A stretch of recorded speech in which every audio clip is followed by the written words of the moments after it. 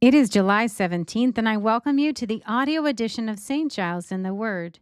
We will read 2 Chronicles 10 and 11 from the New International Translation. Let's begin. Rehoboam went to Shechem, for all Israel had gone there to make him king. When Jeroboam, son of Nebat, heard this, he was in Egypt, where he had fled from King Solomon. He returned from Egypt. So they sent for Jeroboam, and he and all Israel went to Rehoboam and said to him, "Your father put a heavy yoke on us, but now lighten the harsh labor and the heavy yoke he put on us, and we will serve you." Rehoboam answered, "Come back to me in 3 days." So the people went away. Then King Rehoboam consulted the elders who had served his father Solomon during his lifetime. "How would you advise me to answer these people?" he asked. They replied, "If you will be kind to these people and please them and give them a favorable answer, they will always be your servants." But Rehoboam rejected the advice the elders gave him and consulted the young men who had grown up with him and were serving him. He asked them, "What is your advice? How should we answer these people who say to me, 'Lighten the yoke your father put on us'?" The young men who had grown up with him replied, "The people have said to you, 'Your father put a heavy yoke on us, but make our yoke lighter.' Now tell them, 'My little finger is thicker than my father's waist. My father laid on you a heavy yoke. I will make it even heavier. My father scourged you with whips. I will scourge you with scorpions." 3 days later, Jeroboam and all the people returned to Rehoboam, as the king had said. "Come back to me in 3 days." The king answered them harshly, rejecting the advice of the elders. He followed the advice of the young men and said, "My father made your yoke heavy. I will make it even heavier. My father scourged you with whips. I will scourge you with scorpions."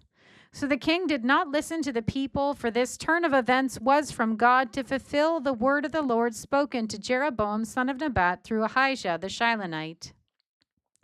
When all Israel saw that the king refused to listen to them, they answered the king, "What share do we have in David? What part in Jesse's son?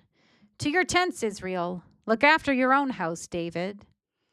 So all the Israelites went home. But as for the Israelites who were living in the towns of Judah, Rehoboam still ruled over them. King Rehoboam sent out Adoniram, who was in charge of forced labor, but the Israelites stoned him to death. King Rehoboam, however, managed to get into his chariot and escape to Jerusalem. So Israel has been in rebellion against the house of David to this day. When Rehoboam arrived in Jerusalem, he mustered Judah and Benjamin, 180,000 able young men, to go to war against Israel and to regain the kingdom for Rehoboam. But this word of the Lord came to Shemaiah, the man of God.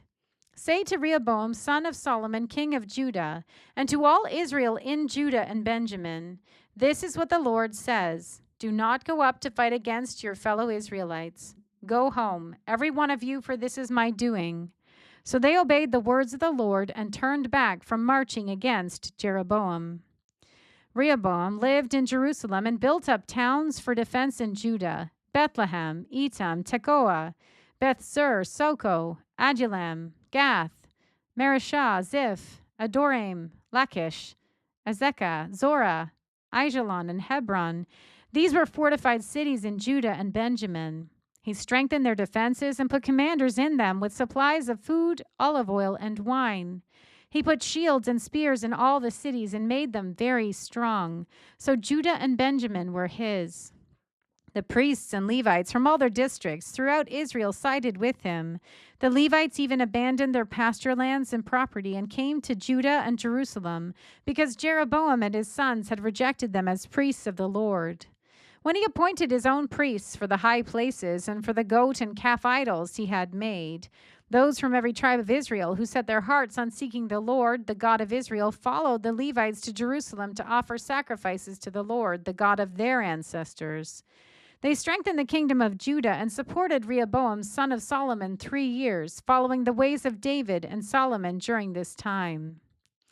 Rehoboam married Mahalath, who was daughter of David's son Jeremoth, and of Abihail, the daughter of Jesse's son Eliab. She bore him sons Jeush, Shemariah, and Zaham. Then he married Maacah, daughter of Absalom, who bore him Abijah, Attai, Ziza, and Shelomith. Rehoboam loved Maacah, daughter of Absalom, more than any of his other wives and concubines. In all, he had 18 wives and 60 concubines, 28 sons, and 60 daughters. Rehoboam appointed Abijah, son of Maacah, as crown prince among his brothers, in order to make him king. He acted wisely, dispersing some of his sons throughout the districts of Judah and Benjamin, and to all the fortified cities. He gave them abundant provisions, and took many wives for them. Here ends our reading for today.